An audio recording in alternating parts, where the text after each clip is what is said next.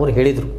ಆ ಸಂದರ್ಭದೊಳಗೆ ಅವರು ಆಕಾಂಕ್ಷೆ ಬಹುಬೇಗ ಈಡೇರಲಿ, ಅಲ್ಲಿ ರಾಜಕೀಯ ಮುಖಂಡರು ಇದ್ದರು, ಆಮೇಲೆ ಬೆಟಗೇರಿ ಗ್ರಾಮದ ಅನೇಕ ಜನ ಹಿರಿಯರಿದ್ದರು.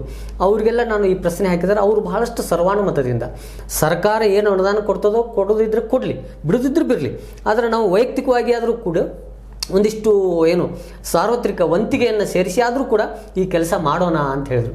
ಅಲ್ಲಿ ಒಂದು ಪ್ರಶ್ನೆ ಬಂತು ಸರ್, ನಾವೀಗ ಒಂದು ವಸ್ತು ಸಂಗ್ರಹಾಲಯ ಮಾಡ್ಬೋದು, ಒಂದು ತರಬೇತಿ ಕೇಂದ್ರ ಮಾಡ್ಬೋದು, ನಾವು ಆರಂಭ ಮಾಡ್ಬೋದು, ಆದರೆ ಅದನ್ನು ಮುಂದೆ ನಡೆಸ್ಕೊಂಡು ಹೋಗೋರು ಯಾರು ಅನ್ನುವಂಥ ಒಂದು ಪ್ರಶ್ನೆ ಬಂತು.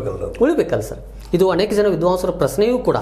ಅದಕ್ಕೆ ನಾನು ಹೇಳಿದೆ, ನಾವು ಇವತ್ತು ಜೀವಂತ ಇದ್ದೀವಿ, ನಾವು ಇರೋ ತನಕ ಇದನ್ನು ಉಳಿಸೋಣ, ನಮ್ಮ ಮುಂದಿನ ವಾರಸುದಾರನೂ ಕೂಡ ನಾವು ಹುಟ್ಟಾಕೋಣ. ನಾವು ಏನು ಮಾಡ್ತೀವಿ, ನಾವಷ್ಟೇ ಬರಿತೀವಿ, ನಾವಷ್ಟೇ ಭಾಷಣ ಮಾಡ್ತೀವಿ, ನಾವಷ್ಟೇ ಅದನ್ನು ಬಿಟ್ಕೊಟ್ಟು ಹೋಗಿಬಿಡ್ತೀವಿ. ನಾವು ಆಗಬಾರ್ದು. ಅದರ ಒಂದು ಆಸೆ ಆಕಾಂಕ್ಷೆಗಳನ್ನು ಮುಂದಿನ ಜನ್ರೇಷನ್ನಲ್ಲಿ ಮೂಡಿಸ್ಬೇಕು, ಅವ್ರ ಮನಸ್ಸಿನೊಳಗೆ ಬುದ್ಧಿಯೊಳಗೆ ನಾವು ಅದನ್ನು ಮೂಡಿಸ್ಬೇಕು. ಬೇರೆ ಬೇರೆ ಶಾಲೆಗಳಿಗೆ ಹೋಗಿ ಅಂಥ ಆಕಾಂಕ್ಷೆ ಇರುವಂಥ ಮಕ್ಕಳನ್ನು ವಾರಕ್ಕೊಂದು ಸಾರಿ ರಜೆ ದಿನದೊಳಗೆ ಅಂತಲ್ಲಿ ಕರೆಸಿ ಅವ್ರಿಗೊಂದು ಸಣ್ಣ ಬಯಲಾಟದ ಹಾಡುಗಳನ್ನು ಕಲಿಸೋದಾಗಲಿ, ಕುಣಿತಗಳನ್ನು ಕಲಿಸೋದಾಗಲಿ, ತಾಳವಾದ್ಯಗಳನ್ನು ಕಲಿಸೋದಾಗಲಿ, ತಬಲಾ ನುಡಿಸೋದಾಗಲಿ, ಹಲಿಗೆ ಬಾರಿಸೋದಾಗಲಿ, ಪೇಟಿ ನುಡಿಸೋದಾಗಲಿ, ಅಥವಾ ನಾಟಕದ ಒಂದು ಡೈಲಾಗ್ ಹೇಳ್ಕೊಡೋದಾಗಲಿ, ಇಂಥವನ್ನು ಮಾಡಿದ್ವಿ ಅಂತಂದರೆ ಆ ಮುಂದಿನ ಜನಾಂಗಕ್ಕೆ ನಾವು ಅದನ್ನು ಬಿಟ್ಟುಕೊಟ್ಟಂಥ ಅಥವಾ ಕಲಿಸ್ಕೊಟ್ಟಂಥ ಕೀರ್ತಿ ನಮಗೆ ಬರ್ತದೆ. ಆ ಜವಾಬ್ದಾರಿಯನ್ನು ನಾವು ತೊಗೊಳ್ತೀವಿ ಅಂತ ನಾನು ಹೇಳಿದೆ. ನಮ್ಮದೊಂದು ಗೋಕಾವಿ ಗೆಳೆಯರ ಬಳಗ ಅಂತಿದೆ, ನಮ್ಮಲ್ಲಿ ಅನೇಕ ಜನ ಕ್ರಿಯಾಶೀಲರು ಶಿಕ್ಷಕರಿದ್ದಾರೆ. ಅವರೆಲ್ಲ ಸೇರಿಸ್ಕೊಂಡು ಇಂಥ ಒಂದು ಕಾರ್ಯಕ್ರಮ ಮಾಡಿದರೆ ಬೆಟಗೇರಿ ಸರ್ ಅವರ ಆಕಾಂಕ್ಷೆಯೂ ಕೂಡ ಈಡೇರಿಸ್ತದೆ.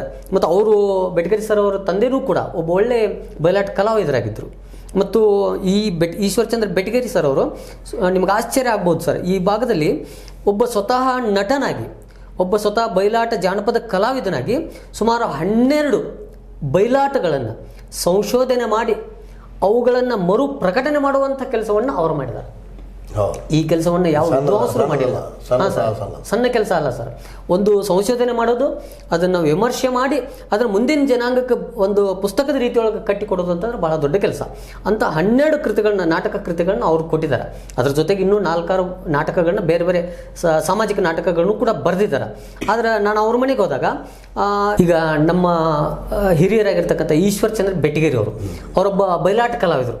ಅವರು ಬಯಲಾಟ ಕಲಾವಿದರಾಗಿ ಇದ್ದುಕೊಂಡು ಅವರು ಹಾಡ್ತಾರ, ಕುಣಿತಾರ, ನಟನೆ ಮಾಡ್ತಾರೆ, ಸಂಭಾಷಣೆ ಹೇಳ್ತಾರೆ, ವಾದ್ಯಗಳನ್ನು ನುಡಿಸ್ತಾರೆ. ಅಂಥ ಪರಿಣಿತಿಯನ್ನು ಹೊಂದಿರತಕ್ಕಂಥ ಒಬ್ಬ ಕಲಾವಿದರು ಸಾಹಿತ್ಯ ಕ್ಷೇತ್ರದಲ್ಲಿಯೂ ಕೂಡ ಈ ಭಾಗದ ಹಿಂದಿನ ತಲೆಮಾರಿನ ಜಾನಪದ ಬಯಲಾಟ ನಾಟಕಗಳನ್ನು ಸಂಶೋಧನೆ ಮಾಡಿ ಅವುಗಳನ್ನು ಮರು ಪ್ರಕಟಣೆ ಮಾಡುವಂಥ ಕೆಲಸವನ್ನು ಮಾಡಿದ್ದಾರೆ ಸರ್ ಅವರು.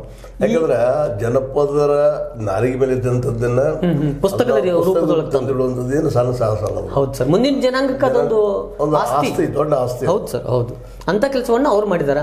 ಅದ್ರ ಜೊತೆಗೆ ಅನೇಕ ಬಯಲಾಟ ಕಲೆಗಳಿಗೆ ಸಂಬಂಧಪಟ್ಟಂಥ ಕೆಲವು ರೆಫರೆನ್ಸ್ ಪುಸ್ತಕಗಳನ್ನು ಕೂಡ ಅವರು ಸಂಗ್ರಹ ಮಾಡಿದ್ದಾರೆ. ಮತ್ತು ಅವರು ಸಾವಿರಾರು ನಾಟಕಗಳನ್ನು ಪ್ರದರ್ಶನ ನೀಡಿದ್ದಾರೆ.